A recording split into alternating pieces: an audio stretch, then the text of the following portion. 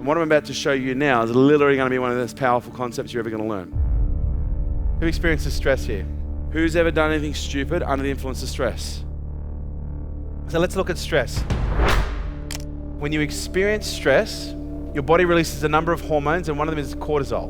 Within 7 minutes of your body releasing cortisol, you lose 50% of your IQ. Cortisol is also carcinogenic, okay? Increased exposure to cortisol increases the probability of you developing cancer.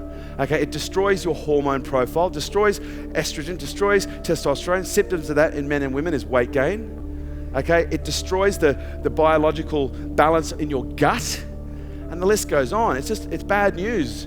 Good for short bursts if required, but bad news if you live in that state. So when we live in a state of stress, we're actually inhibiting our body's ability to rebuild and regenerate itself, remove toxins, rehydrate, repair. And as a result, the organs going from being in a state of ease, and then they convert to being in a state of what? Dis-ease.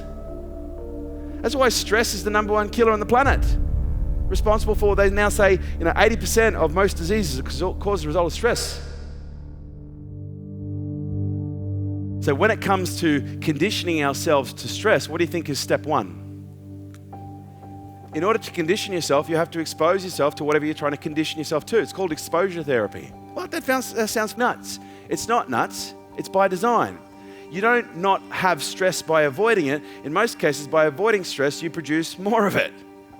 And so what we do is we don't avoid stress, we actually seek it out, but we do it in a conscious and healthy way. So we expose ourselves to the stress, and then we become aware of when we are stressed. Most people don't know when they're stressed. They live in such a constant state of stress that they actually don't know that they are what they feel like when they're not stressed. See, most people are so stressed that when they feel relaxed, they go, something's wrong. I need to do something. I'm not used to not doing anything.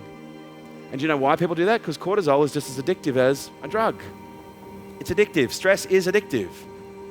And so that's why some people will seek it out, but not in a healthy way. So you've got to be aware of when you actually are in stress. Once you're aware of when you're in stress, where you breathe. And the breathing technique is 6, 6, 6. The number of the breath. Just a little reframe there. You breathe in for 6, hold for 6, out for 6. You see, what we've got to understand, the reason that the breath is so important is because through breath, we reset the autonomic nervous system.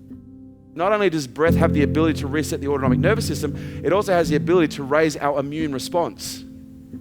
So by learning how to breathe, not only are we able to reset our autonomic nervous system and de-stress quickly, it also boosts our white blood cell count and our ability to fight bacteria and viruses and disease. And we do that through our breath. We've reset the autonomic nervous system, but the stimulus is still there. And it's not actually the stimulus that's the problem. What's the problem? It's our perspective on the stimulus. We see that and we perceive it to be stressful. And so by perceiving it to be stressful, we then have a stress response because we deem that stressful. So what we have to do is we now have to move from the biology, the biochemistry, into the psychology, which is now we actually consciously allocate a new meaning by asking the question, what is the benefit of this? How is this serving me? What skills, knowledge, experience am I gaining as a result of this that I would not get if I didn't have it? Now, by the way, this isn't just this is really good, no. This is, you have to genuinely seek out the benefit, the knowledge, the skills that you're getting so that you can get to an actual genuine state of, wow, I'm so grateful for this experience. Now, we're trying to reallocate a new meaning to the stimulus. Why are we trying to do that? Like, what do you think is the goal here?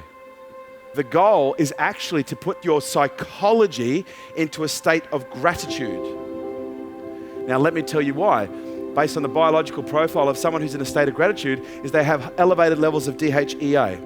DHEA, it's a neuroprotectant, increases the immune system, helps the metabolism speed up, puts on lean muscle mass, helps you burn calories, okay, makes your bones stronger. And when DHEA elevates, cortisol naturally starts to decrease. And so the reason that we're actually trying to attain a state of gratitude isn't just because we're trying to tweak our psychology. We're tweaking our psychology because we understand that there's a biological response. Because we could get ourselves into breathe, and we can breathe nice and deeply. We reset the autonomic nervous system, but if the same meaning is still there, guess what's going to happen? We're going to re-trigger another 3 minutes later. Does that make sense? Now, I want you to understand, most things that are stressful are triggered as a result of things that either upset you or that you're afraid of. You're only born with 2 fears. You were born with the fear of falling and the fear of loud noises. That's it. They're the 2 primal fears. Every other fear that you've got in your life right now, you learned or adopted through observation. Your environment told you what to be afraid of, and your environment lied to you. By the way, some fear is very practical, but a lot of fear actually isn't very practical at all. It's actually impractical because it prevents us from doing the things that we want. My goal here with what I'm trying to teach is I'm trying to make you mentally resilient. These are the foundations of grit.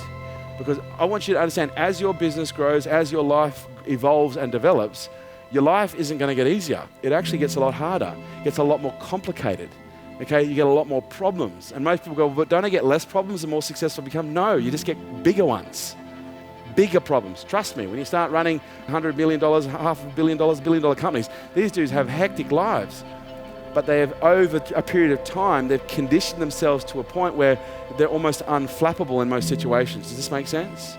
And that's my goal for you. My goal for you is to be able to put yourself in any situation, being able to see more of everything, be conscious of more information so that you can make better quality decisions in the moments that matter. And then you become unstoppable.